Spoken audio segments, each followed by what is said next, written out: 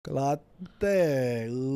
Saya suka konsep playful, banyak benda tapi macam style watercolor sikit. Macam batik pada betul. Animation batik betul, macam batik. Nampak tak dekat tepi tu ada gerbang Kelantan, betul? Gerbang Kelantan tu kan. Itu pun nice dia masukkan dalam Betul. tu. Concern saya ialah sejauh mana logo ni applicable kalau kata nak sulam ke apa kan. Not that hard. Ialah mungkin macam pada gerbang tu nampak ada outline biru ke apa ke. Boleh dimaafkan sebab the whole konsep logo ni dia macam kita tengok macam wow. Ini contoh yang kita tengok ada elemen gasing. Maksudnya Semua dia letak effort color dia banyak tapi serasi. betul. Saya rasa dia level perak ah. Saya pun setuju. Saya rasa kalau dia ada brand guideline saya boleh bagi 10 Betul. kan, sebab dia tak ada 9 lah.